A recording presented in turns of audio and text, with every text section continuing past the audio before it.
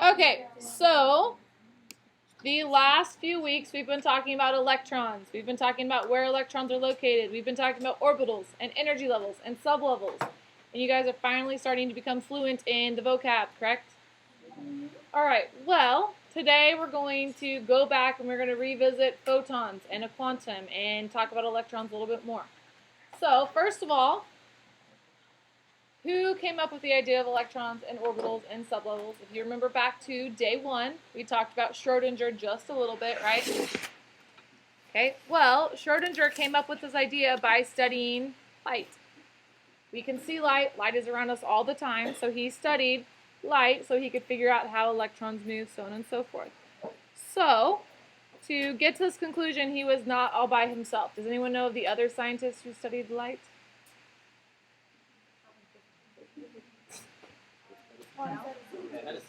Isaac Newton. We were way off. Okay. What else did Newton do? Gravity. He did gravity and Newton's laws of motion, right? Okay, well, he also studied light. He believed that light was made up out of particles. And by 1900, there were several other scientists who actually also, or not several, but lots of scientists who also believed light consists of electromagnetic waves, which you see right here on the board. This is an electromagnetic wave. This is what it looks like.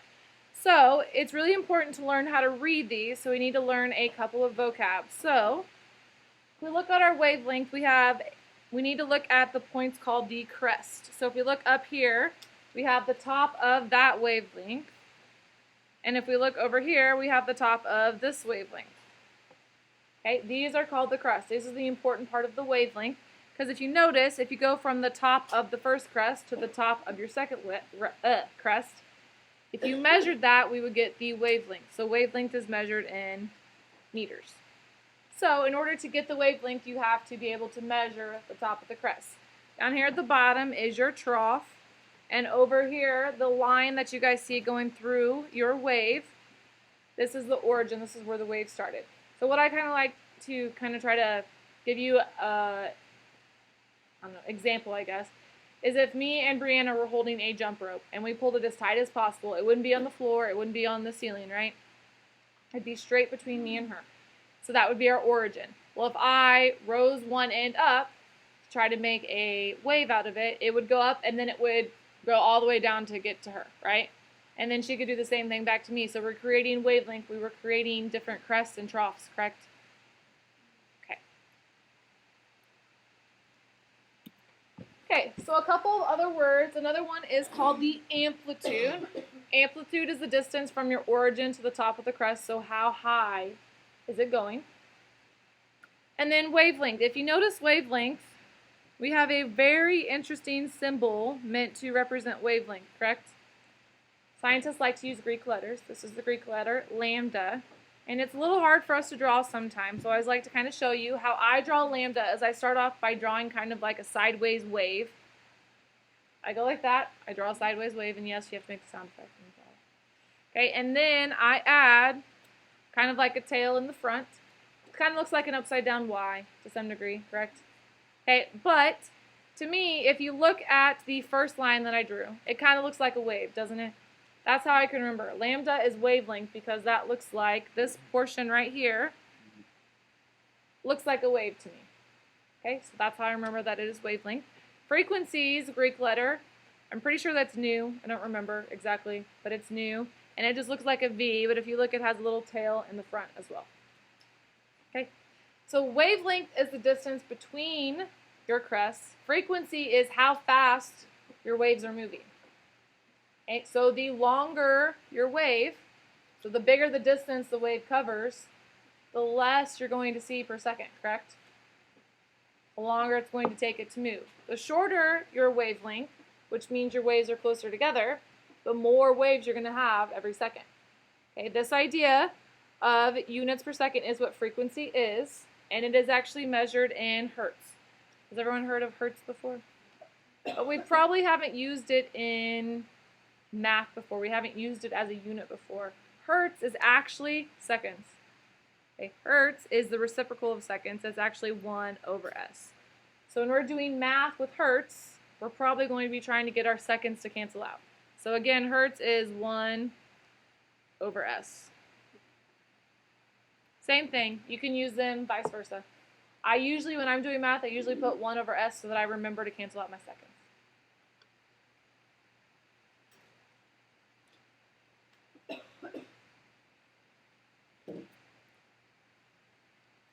Alright, so let's start talking about light a little bit.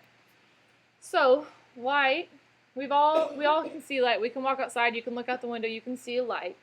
Well, we all know that light moves at a certain speed, and we give the speed of light a symbol of c. Light actually moves at 2.998 times 10 to the 8th meters per second. So if you guys remember how your scientific notation works, we're going to move that decimal 1, 2, 3, 4, 5, 6, 7, 8 times. Add some zeros. So light moves at 299 trillion meters every second. That is how fast light is moving. So we can't keep up with it. It's hard to move faster than the speed of light. Well, the reason that this is important is because we can see light. Light is around us all the time, so we're going to use this as a variable in our equation. So to solve for frequency and wavelength, we have to set it equal to speed of light. So sometimes you'll be able to figure out the frequency, and sometimes you'll have to solve for a wavelength. Sometimes you're given wavelength and you have to solve for frequency. But it's really not even a 3-variable equation because c never ever changes. It's always the same thing. Okay.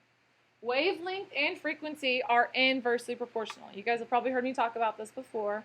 But inversely proportional means as one increases, the other decreases, which if you remember what I was just talking about, as our wavelength got farther and farther and farther and farther apart, our wavelength got bigger, the amount of waves we had per second got smaller. So as one got bigger, the other one is getting smaller.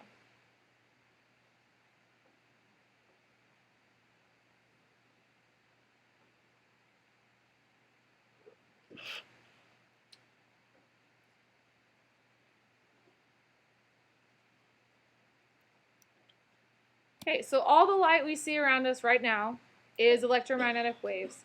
And these types of waves are technically electromagnetic radiation. Now, as soon as I say the word radiation, you guys immediately think bad.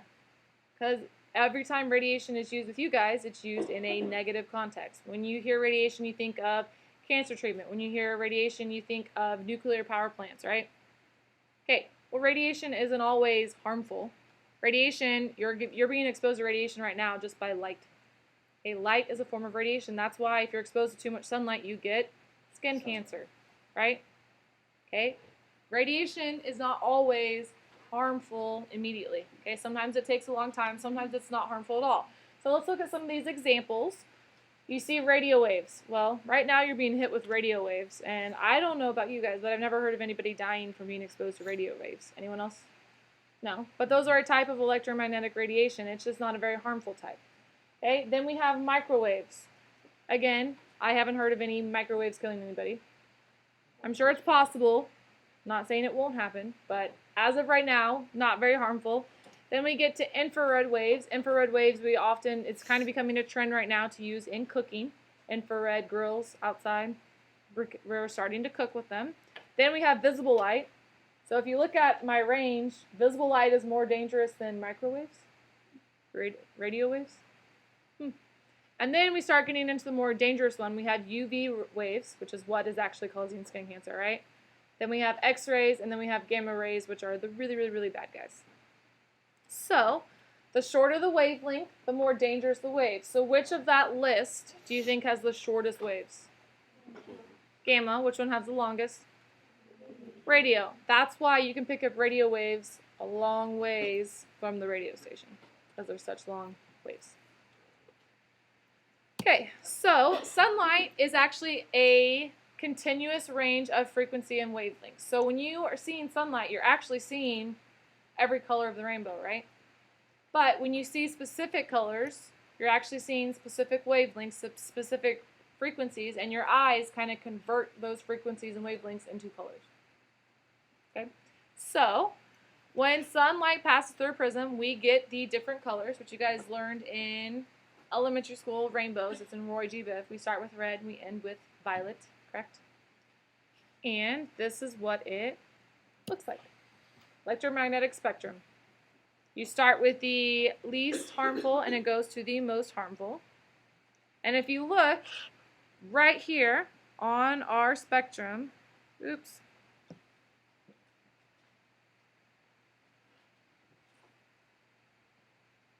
Okay, if we look right here on our spectrum, what percentage of the spectrum is visible light? I would say 5%, maybe. So 5% of all radiation we can see. All the other kinds are invisible. We can't see them with our eyes. It's kind of crazy, right? But if you look over here, if you notice, the waves are pretty far apart. We can see the individual waves, right? But as we move closer and closer and closer and closer, they get closer and closer and closer and closer and closer together until we can no longer tell the difference between the waves, right?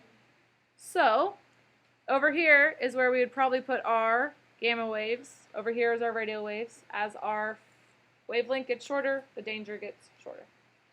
Okay. You are going to have to know how to read this for some of your homework questions, for some of your test questions. Your frequency is up on the top.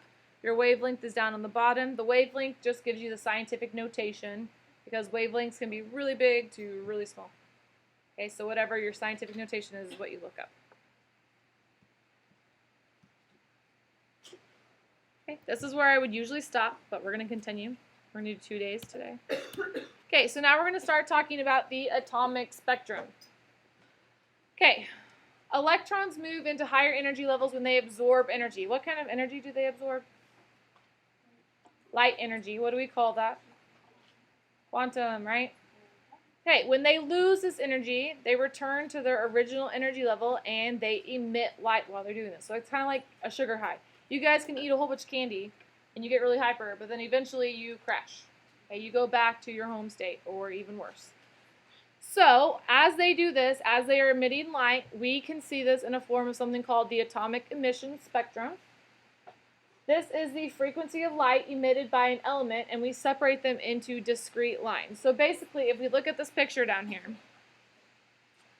if we focus our sunlight or we focus any sort of light through a slit on a piece of paper, the light is going to then hit the prism, and then as it hits the prism, it's going to refract and diffract and do all this fun physics stuff, and it's going to separate it into distinct colors, which is not the rainbow, right? Do you see the Roy G. Biv there that was just on the periodic table, or just on the electromagnetic spectrum I showed you?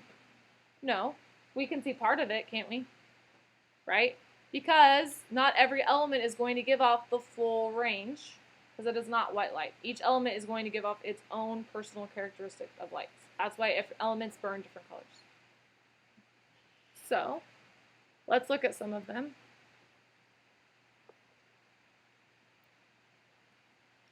Okay, the atomic spectrum is kind of like an element's fingerprints. Okay, we use them to identify them. This is how we know what the sun is made out of. The sun is made out of, does anyone know what the sun is made out of? Yes. What kind of gas? Hydrogen, helium. Hydrogen, helium. So, no one's been to the sun. No one knows what's on the sun. No one has collected samples. No one's gone there to conduct tests, right? So how in the world do we know what the sun is made out of? Well, we can see the light the sun is producing, correct? So from this, we can use this theory and figure out its fingerprint, and then we can compare that to how we know helium acts here on Earth. And so we make the assumption that helium behaves the same in both spots, and then we can guess that it's helium. This is how we know what other planets, what kind of elements other planets have. This is how we know what other stars are made out of, just by using this atomic spectrum. And if you notice, isn't it parts of the rainbow? None of them will have the full rainbow, but do you see parts of the rainbow? Kind of. Alright, so basically this is what I was just talking about. I just explained this, but some of you like to look at a paragraph. N equals 1 means I'm dealing with electrons in the first energy level, right? So if electrons in the first energy level gain energy, They will then jump out to different energy levels, and this will be called your excited state. So they start out in their ground state, which is where their home is. They gain energy, they move to their excited state, which could be 2, 3, 4, 5, 6, or 7. And then eventually they have to fall back down to their home state, and in the process they emit light. This is what we see as on the lines on the atomic emission spectrum. We see these lights as they are being emitted. Okay, but we've been talking about frequency, we've been talking about wavelength, but now I'm throwing in this word energy, right? We have to be gaining energy, we have to be releasing energy. So we probably need an equation to solve for energy, right? So energy is equal to H times your frequency. If you remember that symbol from the wavelength equation 2 seconds ago. H, just like C was a constant, right? It never, ever, ever changed. Speed of light doesn't change. H is also a constant, and it is equal to 6.626 times 10 to the negative 34th. And we see a new unit, don't we? Joules times seconds. When was the last time we saw the term joules? Physical science, right? What did we use joules to measure? Energy. So it makes sense that we're going to use it again right here because we're solving for energy. So when we have transitions from different energy levels, so as our electrons move from energy level to the next, we are going to be releasing light. We can tell what form of light it is by the frequency and the energy given off.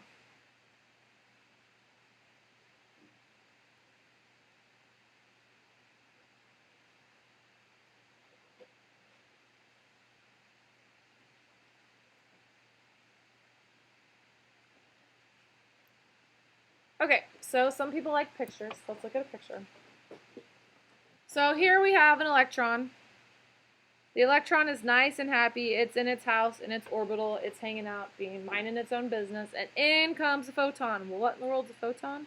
A photon is an amount of light energy. It's kind of like a wavelength of light.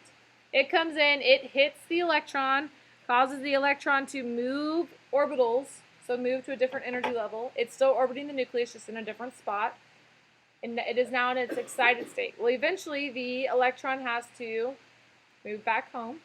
So as it moves back home, our electron then emits another photon of energy, and we can see it in the form of light. Where do you think that photon goes? Probably to hit another electron, right? It hits another electron, that electron jumps energy levels, falls back down, emits a photon. That photon moves to hit another electron, jumps energy levels. As it moves back, it releases a photon. So it's just like a massive chain reaction, right? Okay, so let's do some math practice. Who wants to learn how to use these equations and these variables? I'm sure you guys are all super excited about it.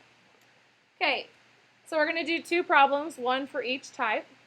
So the first of all, it says calculate the wavelength of the yellow light emitted by the sodium lamp if the frequency of the radiation is 5.1 times 10 to the 14th hertz. Okay, so first of all, the hardest part of these equations is not going to be doing the math. The hardest part about these equations is knowing what the variables are, right? So, here's our variable. We were only given one variable. We need to know what it is. What variable is this? Hertz, so it must be frequency. What letter do we use for frequency? Right? Okay, well, what variable is it asking us to solve for?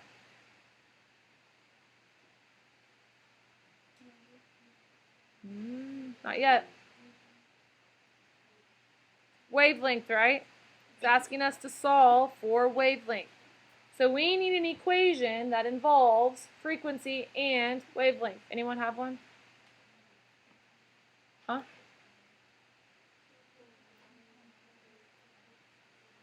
C equals your wavelength times your frequency, right? Okay, so let's change the background so that we can follow along a little bit easier. So now we just need to plug in our numbers, right? C is equal to what, Katie? 2.998 times 10 to the 8th. What's our unit? meters per second. Okay, and we have to set that equal to our wavelength times our frequency. We know what our frequency is, however, we do not know what our wavelength is. So wavelength is going to stay. Our frequency was 5.1 times 10 to the 14th, 1 over S. Why did I write 1 over S as opposed to hertz? So we can see stuff canceling out, right? So how do I get wavelength all by itself? Now we should be in the easy spot. What do? How do I solve for wavelength? Isolate my variable. I divide, right? So you divide this side by 5.1 times 10 to the 14th. You divide this side by 5.1 times 10 to the 14th. Now we can see that our seconds are going to cancel out, right? So put this in your calculator.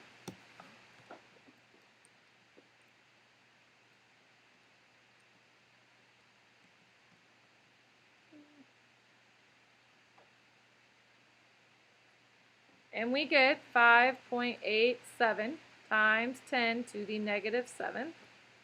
What's my unit? Meters, right? So, was this hard math? No. You have to know what frequency is. You have to know what wavelength is. You have to know how to do scientific notation. Most importantly, you have to know how to do scientific notation in your head or in the calculator in order to do these, correct? And then lastly, you have to know how the units cancel out. So the math is not the hard part. It's all the other stuff that you have to do. So let's go back and let's look at that second equation. So the second problem is saying, what is the energy associated with this radiation? So we need energy. Does anyone know of an equation involving energy? Anyone? Energy is equal to H times frequency, correct? So we just used frequency. Frequency is right here, correct? So we can plug that in there, and then H is a constant, correct? So, does anyone remember what H is? Planck's constant, which is equal to times 10 to the, what's my unit? Joules seconds, times my frequency, which is 5.1.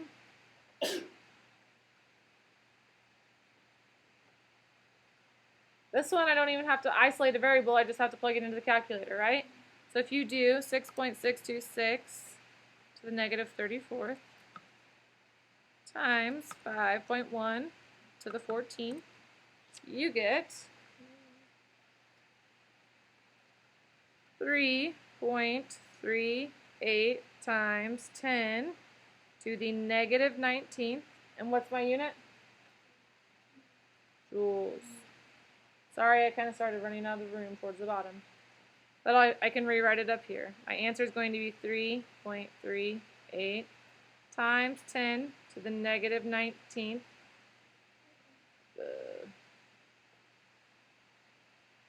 I don't know what happened to it. It disappeared. 3.38 times 10 to the negative 19th joules. Okay, so no, I will not be here on Monday. So you have the whole weekend to figure out how to do this. So before you guys leave, I want you to try one problem, or actually it's kind of technically two. I want you to try 2 problems on your own. I will put the right answers up here so that you can check your answers, but I want you to try, okay? So try to do these 2. You can just continue on in your notes. See if you can come up with these. There's actually 3 answers. You're solving for wavelength, frequency, and then energy.